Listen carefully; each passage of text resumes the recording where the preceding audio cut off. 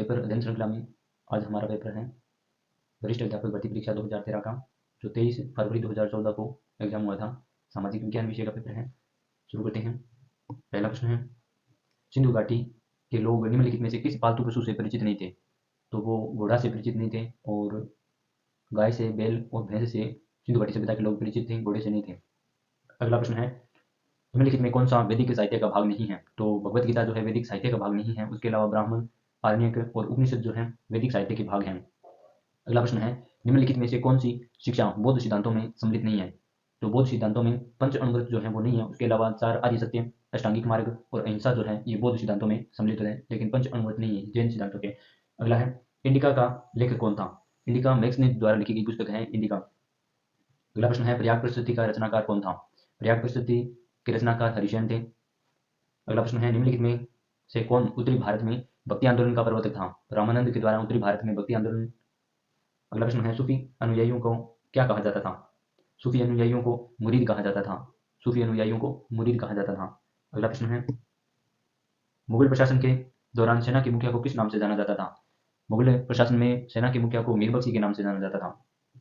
अगला प्रश्न है, औरंगजेब के समय दक्षिण भारत में नियुक्त मुगल गवर्नर शाहिद खां पर किस स्थान पर शिवाजी ने रात में आक्रमण किया था? तो पूना में औरंगजेब के समय दक्षिण भारत में नियुक्त मुगल गवर्नर शाहिद खां पर शिवाजी ने रात को पूना में आक्रमण किया था।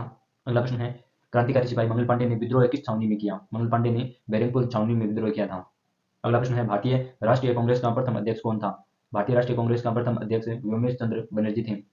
अगला प्रश्न है, 12 मार्च 1930 को महात्मा गांधी ने सविनय अवज्ञा आंदोलन छेड़ा। तो सविनय अवज्ञा आंदोलन जो है 12 मार्च 1930 को छेड़ा था। गांधी जी ने सविनय अवज्ञा आंदोलन 12 मार्च 1930 को प्रारंभ किया।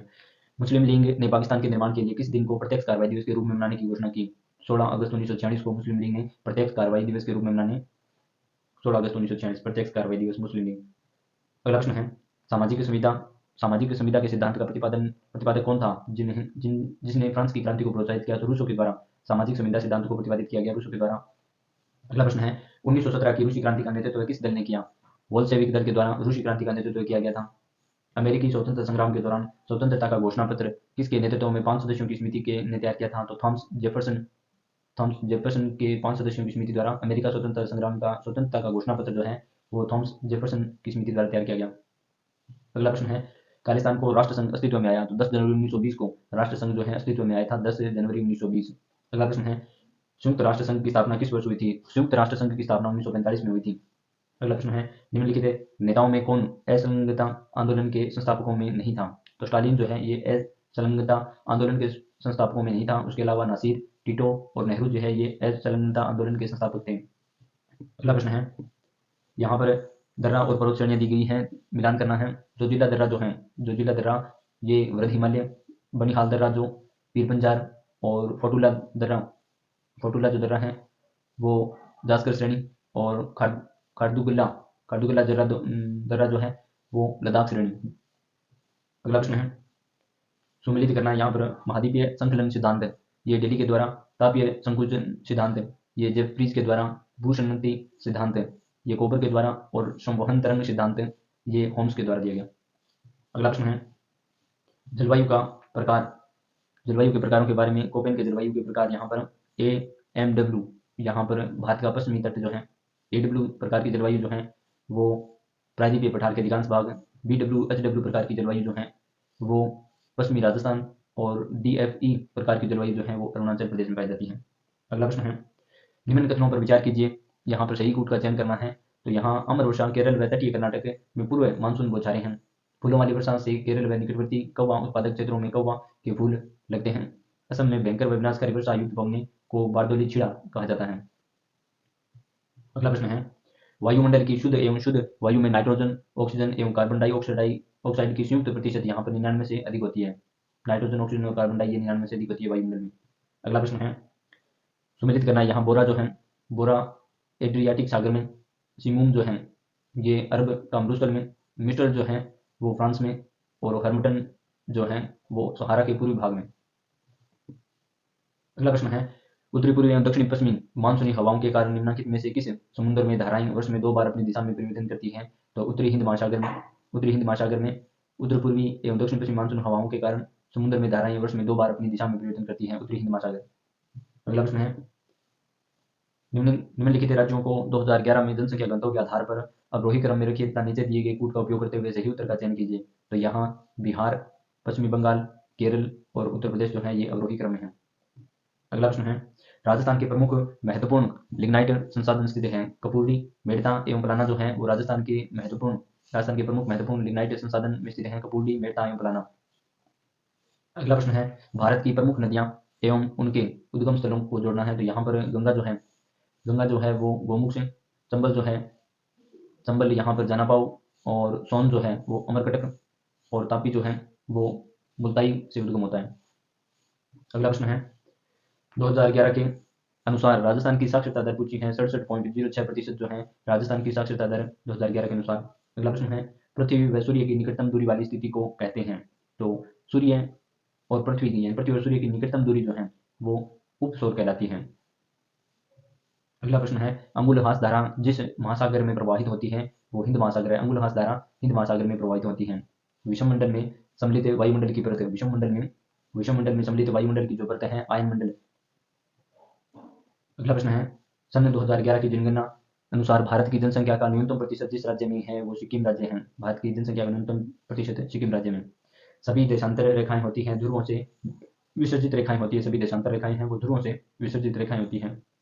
मोह रेखा विभाजित करती हैं। तो भूपट्टी व मेंटल को मोह रेखाएं विभाजित करती हैं।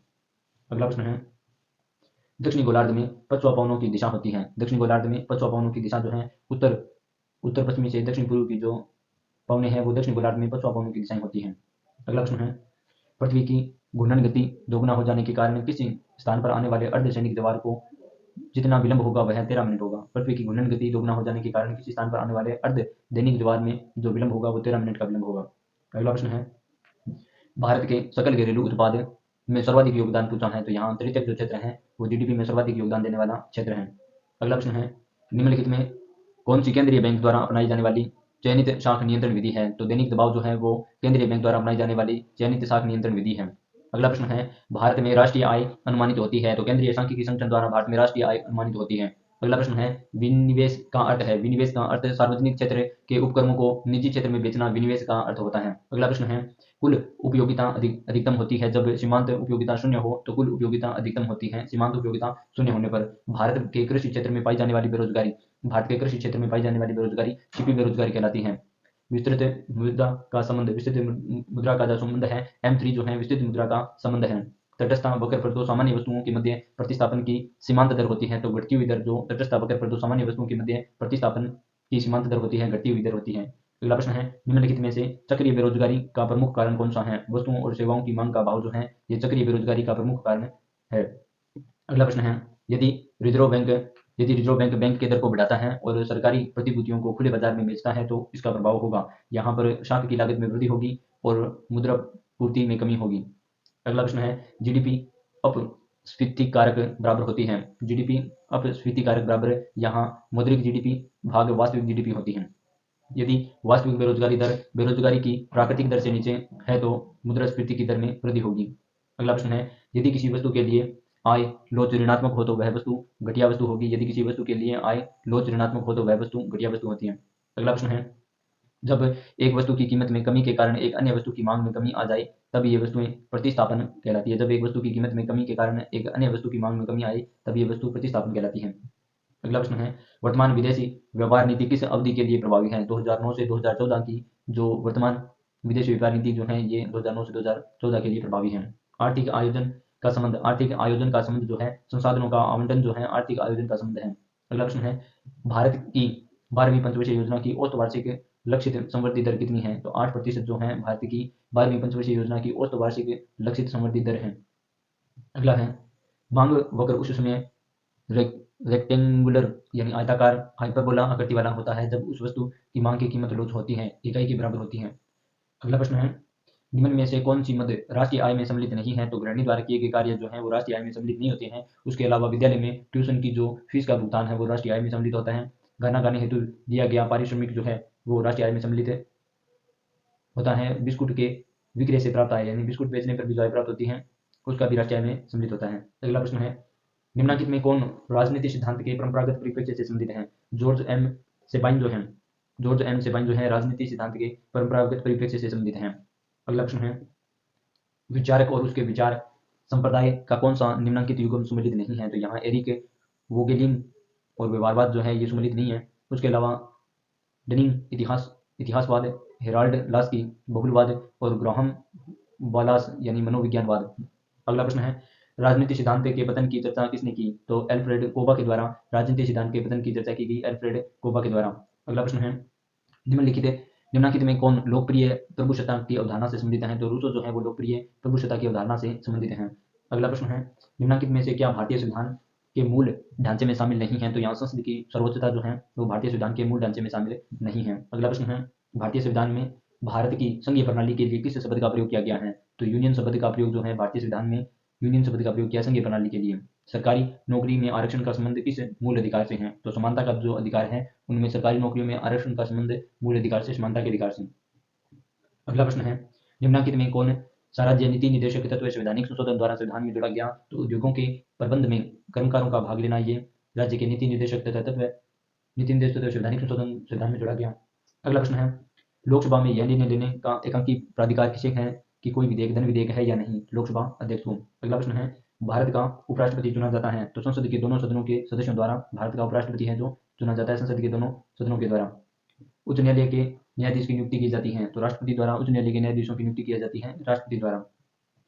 अगला प्रश्न है, निम्नलिखित में कौन सा कथन सही है? तो संविधान का 14वां संशोधन जिला योजना समिति के लिए प्रावधान करता है। ये कथन जो है ये संविधान के 14वें संविधान संशोधन जिला योजना समिति के प्रावधान करता है, ये सही है। अगला प्रश्न है, निम्नलिखित कथनों पर विचार कीजिए। यहाँ पर जो कथन ए है वो सत्य है। दिसंबर 2013 में हेग स्थित अंतर्राष्ट्रीय विवाचन न्यायालय के किशनगंगा जल के दिशा परिवर्तन में भारत के पक्ष में निर्णय लिया, ये सही है। अगला है, उस मुद्दे को पहचानिए जिस पर भारत और चीन का कोई विवाद नहीं है। तो यहाँ भूमंडलीय जलवायु परिवर्तन पर कोई विवाद नहीं है। उसके अलावा मैकमोहन रेखा को लेकर भारत चीन में विवाद है। श्रीलंका में हेबन टोटा बंदरगाह को लेकर विवाद है और दक्षिणी चीन सागर में तेल उत्खनन को लेकर चीन के साथ विवाद है। अगला प्रश्न है, स्वतंत्रता के बाद भाषाई आधार पर गठित पहला भारतीय राज्य है आंध्र प्रदेश राज्य है जो भाषाई आधार पर गठित किया गया था, आंध्र प्रदेश। अगला प्रश्न है, कथन दिए गए हैं ए सत्य है किंतु आर असत्य है। तो ए सत्य को देखते हैं कि नवंबर 1989 के लोकसभा चुनाव के साथ कांग्रेस प्रणाली का अंत हो गया। नवंबर 1989 के लोकसभा चुनाव के साथ कांग्रेस प्रणाली का अंत हो गया।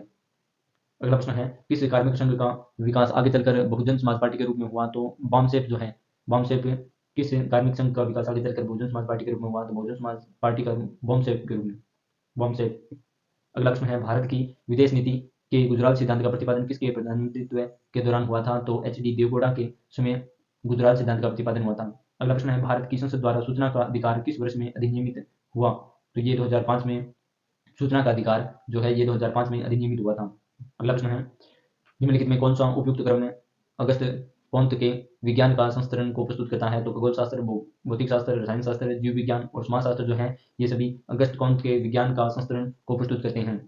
अगला प्रश्न है, टोटम धर्म का सार तत्व है? तो यहाँ एमिल दुर्खाइम जो है टोटम धर्म का सार तत्व है। अगला प्रश्न है, भारत का प्रधानमंत्री उदाहरण है? तो पदानुषंग जो है भारत का प्रधानमंत्री का उदाहरण, भारत का प्रधानमंत्री का उदाहरण है पदानुषंग। अगला प्रश्न है, new rules of sociological method के लेखक हैं? New rules of sociological method के लेखक है एंथनी गिडिन्स जो है, एंथनी गिडिन्स जो है new rules of sociological method के लेखक हैं। अगला प्रश्न है, निम्नलिखित में कौन सा तत्व जाति की विशेषता नहीं है? तो यहाँ जाति की विशेषता नहीं है, सामान्य और पवित्र विभेद जो है ये जाति की विशेषता नहीं है। निम्नलिखित में कौन सा तत्व जाति की विशेषता नहीं है? तो सामान्य और पवित्र विभेद जो है वो जाति की विशेषता नहीं है। और जाति की विशेषताओं में देखें, समाज का खंडनात्मक विभाजन, वंशानुगत परंपरागत व्यवसाय और प्रदत्त परिस्थिति जो है ये जाति की विशेषताएं हैं। अगला प्रश्न है, सब संस्कृति केंद्रिता निम्नलिखित में से किस समूह विभाजन की विशेषता है? तो अंत समूह एवं बाह्य समूह की विशेषता है कि सब संस्कृति केंद्रिता ये जो है ये अंत समूह एवं बाह्य समूह का विशेषताएं हैं। अगला प्रश्न है, समाजशास्त्र का उद्गम स्थल है? समाजशास्त्र का उद्गम स्थल फ्रांस है, समाजशास्त्र का उद्गम स्थल है फ्रांस है। अगला प्रश्न है, निम्नलिखित में से किस भारतीय समाजशास्त्री ने भारतीय समाज को समझने हेतु मार्क्सीय परिप्रेक्ष्य को प्रयुक्त किया है? तो A.R. देसाई के अनुसार भारतीय समाजशास्त्रियों ने भारतीय समाज को समझने हेतु मार्क्सीय परिप्रेक्ष्य को प्रस्तुत किया। अगला प्रश्न है, भूमिका परिस्थिति का गत्यात्मक पक्ष है का विचार किसका है? तो यहाँ रॉल्फ लिंटन का, भूमिका परिस्थिति का गत्यात्मक पक्ष जो है रॉल्फ लिंटन का है। अगला प्रश्न है, निम्नलिखित में से हिंदू विवाह के किस स्वरूप में कन्यादान का संस्कार विद्यमान नहीं है? तो यहाँ पर हिंदू विवाह में कन्यादान का संस्कार विद्यमान जो है, गंधर्व विवाह में कन्यादान नहीं किया जाता। उसके अलावा ब्रह्म विवाह, देव विवाह और आर्ष विवाह में कन्यादान का संस्कार विद्यमान है। अगला प्रश्न है, दो वर्गों के रूप में बुर्जुआ एवं प्रोलिटेरियत, दो वर्गों के रूप में बुर्जुआ एवं प्रोलिटेरियत की अवधारणाओं को प्रस्तुत किया। तो यहाँ कार्ल मार्क्स के द्वारा दो वर्गों के रूप में बुर्जुआ एवं प्रोलिटेरियत अवधारणाओं को प्रस्तुत किया गया कार्ल मार्क्स के द्वारा। हाल ही में भारतीय संसद द्वारा पारित लोकपाल बिल किस सामाजिक प्रगटना को नियंत्रित करता या नियंत्रित करेगा? तो ये भ्रष्टाचार को नियंत्रित करेगा। हाल ही में भारतीय संसद द्वारा पारित लोकपाल बिल जो है भ्रष्टाचार को। अगला प्रश्न है, कास्ट इन इंडियन पॉलिटिक्स के लेखक, कास्ट इन इंडियन पॉलिटिकल्स के लेखक रजनी कोठारी। अगला प्रश्न है, निम्नलिखित में से किसे वर्ण के रूप में नहीं स्वीकारा जाता? तो राजपूत को वर्ण के रूप में नहीं स्वीकारा जाता। उसके अलावा ब्राह्मण, वैश्य और शूद्र ये वर्ण थे, राजपूत नहीं था। आई पी देसाई एवं के एम कपाड़िया के योगदान को संबंधता है परिवार व्यवस्था। अगला प्रश्न है, अर्जुन सेनगुप्ता प्रतिवेदन की प्रस्तुति प्रघटनाओं की विवेचनाओं से संबंध है। तो निर्धनता एवं असमानता जो है अर्जुन सेनगुप्ता की प्रतिवेदन की प्रस्तुति और प्रघटनाओं से संबंधित है, निर्धनता एवं असमानता। अगला प्रश्न है, निम्नलिखित में से कौन सा क्रम आश्रम की सामाजिक स्कीम हेतु उपयुक्त है? तो यहाँ ब्रह्मचर्य, गृहस्थाश्रम, वानप्रस्थाश्रम और संन्यासाश्रम जो है ये आश्रम की सामाजिक स्कीम है। अगला प्रश्न है, किसी भी समाज में परिवार उदाहरण है, किसी भी समाज में जो परिवार है वो प्राथमिक समूह का उदाहरण है। अगला प्रश्न है, निम्नलिखित में किस भारतीय समाजशास्त्री ने संस्कृतिकरण की प्रक्रिया का सर्वप्रथम उल्लेख किया है? तो एम एन श्रीनिवास ने, भारतीय समाजशास्त्री ने संस्कृतिकरण की प्रक्रिया का उल्लेख सर्वप्रथम एम एन श्रीनिवास के द्वारा किया गया। अगला प्रश्न है, निम्न में से किसके द्वारा लोक प्रशासन को सार्वजनिक कानून का विस्तृत एवं व्यवस्थित क्रियान्वयन है? सामान्य कानून की प्रत्येक विशिष्ट क्रियान्विति एवं प्रशासनिक क्रिया है के रूप में परिभाषित किया है। तो वुड्रो विल्सन ने लोक प्रशासन को सार्वजनिक कानून का विस्तृत एवं व्यवस्थित क्रियान्वयन किया है सामान्य कानून की प्रत्येक विशिष्ट क्रियान्विति एवं प्रशासनिक क्रिया के रूप में वुड्रो विल्सन के द्वारा। अगला प्रश्न है, लोक प्रशासन में पोस्ट कोरब का प्रणेता कौन था? लोक प्रशासन में पोस्ट कोरब के प्रणेता लुथर गुलिक के द्वारा पोस्ट कोरब दिया गया। अगला प्रश्न है, सही सुमिलित करना, यहाँ विचार और लोक प्रशासन की प्रकृति दी गई है। यहाँ पर सुमिलित जो ऑप्शन 4 में नहीं है, यहाँ पर एम पी शर्मा द्वारा शुद्ध विज्ञान नहीं दिया गया। उसके अलावा आर्डवे टीड के द्वारा ललित कला और रिगिल्ड ई गिलमोर के द्वारा अंतर्गोतत्व विज्ञान और ग्लेन नेगली द्वारा विज्ञान के पद सोपान में सर्वोच्च स्थिति में होगा। अगला प्रश्न है, अब तक कितने मिनोब्रुक सम्मेलन आयोजित हो चुके हैं? तो अब तक 3 मिनोब्रुक सम्मेलन आयोजित हो चुके हैं। अगला प्रश्न है, यहाँ सूची तो मिलान करना है। तो वैज्ञानिक प्रबंध सिद्धांत जो है वो टेलर के द्वारा सिद्धांत एक्स एवं वाई का सिद्धांत है, मैकग्रेगर के द्वारा द्विघटक सिद्धांत है, हर्ट्जबर्ग के द्वारा और व्यवस्था सिद्धांत जो है वो डेविड ईस्टन के द्वारा। प्रश्न है, निम्न में से किसके द्वारा लोक संगठन के सिद्धांत को उपभोक्ताओं के हितों एवं व्यक्ति की प्राथमिकताओं के अनुरूप निर्मित करने का प्रयास किया गया? तो लोक चयन सिद्धांत के द्वारा। अगला प्रश्न है, निम्न में से कौन एक वैज्ञानिक प्रबंध सिद्धांत की मुख्य विशेषता नहीं है? मानव तत्व पर जोर ये वैज्ञानिक प्रबंध सिद्धांत की मुख्य विशेषता नहीं है। उसके अलावा कार्य पद्धति का मानवीकरण, कामगारों का वैज्ञानिक चयन का प्रशिक्षण और प्रबंधकों एवं कामगारों में सहयोग ये वैज्ञानिक प्रबंध सिद्धांत की मुख्य विशेषता है। अगला प्रश्न है, हाथन प्रयोग के निम्न निष्कर्षों पर विचार कीजिए तथा दिए गए कोटों का सही उत्तर का चयन कीजिए। यहाँ पर उत्पादन की मात्रा सामाजिक आदर्शों द्वारा निर्धारित होती है। कामगारों के व्यवहार को गैर आर्थिक प्रतिफल महत्वपूर्ण ढंग से प्रभावित करते हैं। कामगार समूह के एक सदस्य के रूप में क्रिया या प्रतिक्रिया देते हैं। अगला प्रश्न है, निम्न में से हर्बर्ट साइमन द्वारा अपने निर्णय प्रारूप के चरणों के लिए प्रयोग ली गई सही क्रमिकता कौन सी है? बौद्धिकता, प्रारूप एवं चयन जो है ये हर्बर्ट साइमन द्वारा अपने निर्णय प्रारूप के चरणों के लिए प्रयोग ली गई सही क्रमिकता है। अगला प्रश्न है, व्यवहारवादियों ने निम्न में से किस संगठनीय व्यवहार के संदर्भ में विचार नहीं किया था? तो तार्किक संरचना के बारे में व्यवहारवादियों ने संगठनीय व्यवहार के संदर्भ में विचार नहीं किया था, तार्किक संरचना के बारे में। अगला प्रश्न है, निम्न में से किसके द्वारा मनोबल को अनेक मानसिक गुणों का योग है जिसमें साहस, धैर्य, दृढ़ निश्चय एवं सबसे ऊपर आत्मविश्वास के रूप में परिभाषित किया गया है? जेडी मुने जो है इन्होंने मनोबल को अपने मानसिक गुणों का योग जिसमें साहस, धैर्य, दृढ़ निश्चय एवं सबसे ऊपर आत्मविश्वास के रूप को परिभाषित किया, जेडी मुने है। अगला प्रश्न है, अब्राहम मैस्लो के अनुसार आवश्यकताओं के पद सोपान में कौन सा सबसे नीचे है? अब्राहम मैस्लो की आवश्यकताओं के पद सोपान में भौतिक जो है वो सबसे नीचे है। अगला प्रश्न है, निम्न में से कौन सी पुस्तक लेख सही सुमिलित नहीं है? तो यहाँ फेलिक्स जो है ए निग्रो ये public administration in modern society की ये सम्मिलित नहीं है। उसके अलावा Woodrow Wilson the study of administration L D White और introduction to the study of public administration WF बिलोवी की प्रिंसिपल ऑफ पब्लिक एडमिनिस्ट्रेशन।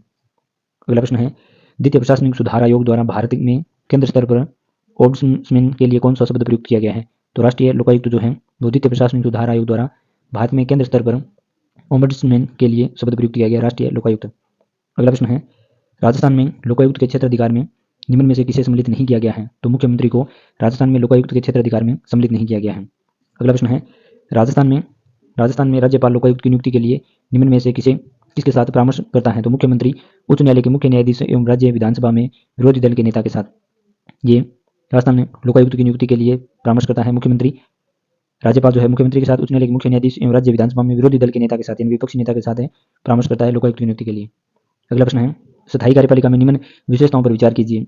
दिए गए कूट का प्रयोग कर सही का चयन करना है। तो यहाँ ACD यह व्यापक प्रशासकीय अनुभव रखती है और इसका संबंध नीतियों की क्रियान्विति से रहता है और ये नियम एवं विनियमों के अनुसार कार्य करती है।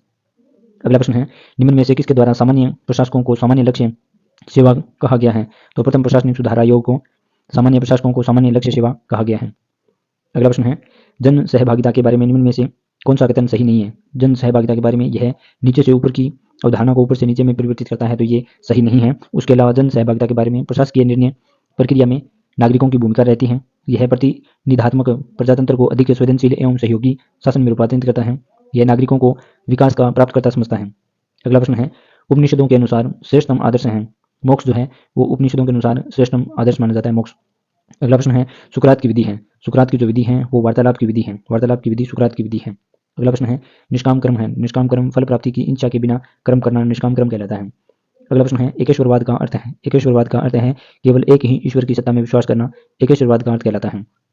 अगला प्रश्न है, सुखवाद के अनुसार मानव जीवन का परम ध्येय है। सुखवाद के अनुसार मानव जीवन का परम ध्येय सुखवाद के अनुसार मानव जीवन का परम ध्येय सुख ही है। सुखवाद के अनुसार सुख परम ध्येय माना है। अगला प्रश्न है, मृत्युदंड किस सिद्धांत से संगत नहीं है? तो यहाँ मृत्युदंड जो है सुधारात्मक सिद्धांत से संगत नहीं है। उसके अलावा मृत्युदंड प्रतिकारात्मक, निरोधात्मक और सूचनात्मक है। अगला प्रश्न है, कांट के अनुसार शुभ संकल्प ही समतः शुभ है। कांट के अनुसार शुभ संकल्प ही समतः शुभ है, ये कांट मानते हैं। अगला प्रश्न है, निम्न में कौन सा सम्मिलित नहीं है? तो यहाँ प्लेटो और शुकवाद जो है ये सम्मिलित नहीं है। प्लेटो शुकवाद है ये सम्मिलित नहीं है। अगला प्रश्न है, अष्टांग मार्ग निकटता के साथ संबंधित है। अष्टांग मार्ग जो है वो बौद्ध दर्शन के साथ अष्टांग मार्ग जो है वो निकटता के साथ संबंधित है। बौद्ध दर्शन के साथ अष्टांग मार्ग बौद्ध दर्शन से संबंधित है। अगला प्रश्न है, निम्न में डेकार्ट की दार्शनिक विधि कौन सी है? तो संदेह की विधि जो है वो डेकार्ट की दार्शनिक विधि कहलाती है। अगला प्रश्न है, अरस्तु के अनुसार मनुष्य सद्गुणी बनता है। निरंतर अभ्यास के द्वारा अरस्तु के अनुसार मनुष्य सद्गुणी बनता है। अरस्तु के अनुसार मील द्वारा स्वीकृत सिद्धांत है। मील द्वारा स्वीकृत सिद्धांत अधिकतम व्यक्तियों का अधिकतम सुख जो है यहाँ मील के द्वारा स्वीकृत सिद्धांत है अधिकतम व्यक्तियों का अधिकतम सुख। अगला प्रश्न है, कर्तव्य के लिए कर्तव्य का सिद्धांत किसने दिया था? तो कर्तव्य के लिए कर्तव्य का सिद्धांत कांट के द्वारा दिया गया। अगला प्रश्न है, डेकार्ते का कार्य कारण मूलक तर्क ईश्वर की सत्ता सिद्ध करता है। तो ज्ञान के मन में ईश्वर के विचार के कारण के रूप में डेकार्ते का कार्य कारण मूलक तर्क ईश्वर की सत्ता सिद्ध करता है। तो ज्ञान के मन में ईश्वर के विचार के कारण के रूप में। अगला प्रश्न है, सूची 1 और 2 में मिलान करना है। तो यहाँ पर जैन दर्शन जो है जैन दर्शन त्रिरत्न से संबंधित है। त्रिरत्न जैन धर्म से संबंधित है। और बौद्ध दर्शन यहाँ 4 आर्य सत्य यानी बौद्ध दर्शन में 4 आर्य सत्य हैं। भगवत गीता में निष्काम कर्म के लिए कहा गया है और गांधी ने सत्य ईश्वर है कहा है। अगला प्रश्न है, वर्णाश्रम धर्म व्यवस्था में सम्मिलित नहीं है। वर्णाश्रम धर्म व्यवस्था में सम्मिलित नहीं है तो प्रजातांत्रिक समानता जो है वो वर्णाश्रम धर्म व्यवस्था में सम्मिलित नहीं है। तो यहाँ प्रजातांत्रिक समानता जो है वर्णाश्रम धर्म में सम्मिलित नहीं है। अगला प्रश्न है, एथेंस निवासी एवं स्पार्टा निवासी के बीच उनकी परस्पर महानता को दर्शाने वाले काल्पनिक संवाद की गतिविधि आयोजित करना सामाजिक विज्ञान के निम्न में से किस विषय के साथ सहसंबंध को इंगित करता है? तो ये भाषा के साथ है। एथेंस निवासी एक स्पार्टा निवासी के बीच में उसकी परस्पर महानता को दर्शाने वाले काल्पनिक संवाद की गतिविधि आयोजन करना सामाजिक विज्ञान के किस विषय के साथ संबंधित करता है? तो भाषा के साथ। अनुभव का शंकु किसकी देन है? अनुभव का शंकु किसकी देन है? तो एडगर डेल के। अनुभव का शंकु किसकी देन है? एडगर डेल के अनुसार अनुभव का जो शंकु है अनुभव का शंकु एडगर डेल की देन है। अगला प्रश्न है, सामाजिक विज्ञान की कक्षा में कंप्यूटर का प्रयोग किया जा सकता है। तो सामाजिक विज्ञान की कक्षा में कंप्यूटर का प्रयोग यहाँ आकलन संबंधी उद्देश्यों हेतु, इलेक्ट्रॉनिक क्षेत्र यात्राओं हेतु, इंटरनेट के माध्यम से शिक्षण सहायक सामग्री ढूंढने हेतु यहाँ सामाजिक विज्ञान की कक्षा में कंप्यूटर का प्रयोग किया जा सकता है। अगला प्रश्न है, सामाजिक अध्ययन का एक शिक्षक स्वयं की व्यावसायिक रूप से उद्यतन कर सकता है। तो यहाँ पर पुनश्चर्या पाठ्यक्रमों में भाग लेकर, संगोष्ठियों में शामिल होकर और व्यावसायिक संगठनों निकायों का क्रियाशील सदस्य बनकर सामाजिक अध्ययन का एक शिक्षक व्यावसायिक रूप से उद्यतन कर सकता है। अगला प्रश्न है, निम्न में से कौन वस्तुनिष्ठ प्रकार के प्रश्नों के प्रारूप हैं? तो यहाँ पर निम्न में से वस्तुनिष्ठ प्रारूपों के बहुविकल्प प्रश्न और जोड़े बनाने वाले जो प्रश्न हैं ये वस्तुनिष्ठ प्रकार के प्रश्न कहलाते हैं। अगला प्रश्न जो डिलीट किया गया है, प्रश्न था निम्न में कौन सामाजिक अध्ययन के जनक के रूप में प्रसिद्ध है। तो यहाँ ये प्रश्न डिलीट किया गया। अगला प्रश्न है यहाँ योजना, इकाई योजना के बारे में सही क्रम बताना। इकाई योजना के बारे में, इकाई योजना के उद्देश्य, विषय वस्तु विश्लेषण और अधिगम जो गतिविधियां हैं और मूल्यांकन। इकाई योजना के उद्देश्य, विषय वस्तु विश्लेषण, अधिगम गतिविधियां और मूल्यांकन, यहाँ इकाई योजना के बारे में सही क्रम दिया गया है। अगला प्रश्न है निम्न में कौन नेशनल स्टीयरिंग कमेटी एनसीएफ 2005 के अध्यक्ष थे। तो प्रोफेसर यशपाल जो हैं ये एनसीएफ 2005 के अध्यक्ष थे, नेशनल स्टीयरिंग कमेटी के अध्यक्ष थे ये प्रोफेसर यशपाल। विषय वस्तु को कक्षा में शिक्षक द्वारा प्रस्तुत किया जाना चाहिए। तो विषय वस्तु को कक्षा में शिक्षक द्वारा पूर्णता के साथ विषय वस्तु को प्रस्तुत करना चाहिए। अगला प्रश्न जो डिलीट किया गया है, प्रश्न था नाटकीयकरण द्वारा समस्या को स्पष्ट एवं समाधान करने का प्रयास उस कथन निम्न में से किस तकनीक को दर्शाता है। तो ये प्रश्न डिलीट किया गया। अगला प्रश्न है सामाजिक अध्ययन शिक्षक की निम्न में से कौन सी उपयुक्त भूमिका होती है। तो सीखने के लिए वातावरण प्रदान करना सामाजिक अध्ययन शिक्षक की ये भूमिका होती है, सीखने के लिए वातावरण प्रदान करना। अगला प्रश्न है एक शिक्षक अपनी पाठ्य योजना बनाते समय विद्यार्थी लोकतंत्र के अर्थ का निर्माण कर सकेंगे। अनुदेशनात्मक उद्देश्य लिखता या लिखते ये उद्देश्य किसके अंतर्गत आएगा। तो ये अवबोध के अंतर्गत आएगा। अगला प्रश्न है किस प्रकार के प्रश्न सामाजिक अध्ययन के विद्यार्थियों में आलोचनात्मक चिंतन विकसित नहीं करेंगे। तो ये बंद प्रश्न जो है, ये जो प्रश्न है ये किस प्रकार के प्रश्न सामाजिक अध्ययन के विद्यार्थियों में आलोचनात्मक चिंतन विकसित नहीं करेंगे। तो बंद प्रश्न जो है ये आलोचनात्मक चिंतन विकसित नहीं करेंगे। अगला प्रश्न है निम्नलिखित में से कौन सा सामाजिक अध्ययन में शिक्षा शास्त्र की भावनाओं के विरुद्ध है। तो विद्यार्थियों को अधिक से अधिक परीक्षाओं में सम्मिलित करना यहाँ पर सामाजिक अध्ययन के शिक्षा शास्त्र की भावना के विरुद्ध है। अगला प्रश्न है निम्नलिखित में से सभी सामाजिक अध्ययन की पाठ्यचर्या के निर्माण के सिद्धांत हैं शिवाय रूढ़िवादी के। अगला प्रश्न है एक उत्तम परीक्षण होना चाहिए। एक उत्तम परीक्षण जो है विश्वसनीय होना चाहिए, एक उत्तम परीक्षण वैध होना चाहिए, एक उत्तम परीक्षण विभेदकारी होना चाहिए। अगला प्रश्न जो डिलीट किया गया, प्रश्न है निम्नलिखित में से कौन सा विकल्प कक्षा 7 के बालकों द्वारा अपनी सृजनात्मक अभिव्यक्ति को प्रदर्शित करने हेतु उपयुक्त होगा। ये प्रश्न डिलीट किया गया। अगला प्रश्न है अधिगम होता है, अधिगम दोनों विद्यालयों में एवं विद्यालय के बाहर, अधिगम दोनों विद्यालयों में या विद्यालय के बाहर होता है। अगला प्रश्न है सतत एवं व्यापक मूल्यांकन की शुरुआत ने मूल्यांकन व्यवस्था को बालक के संपूर्ण व्यक्तित्व को अधिक प्रदर्शित करने वाला बनाया। अगला प्रश्न है एक प्रभावी शिक्षक वह है जो विद्यार्थियों को अध्ययन के लिए प्रेरित कर सके। इस प्रकार के प्रश्न पूछे गए थे सेकंड ग्रेड भर्ती परीक्षा 2013 की भर्ती में।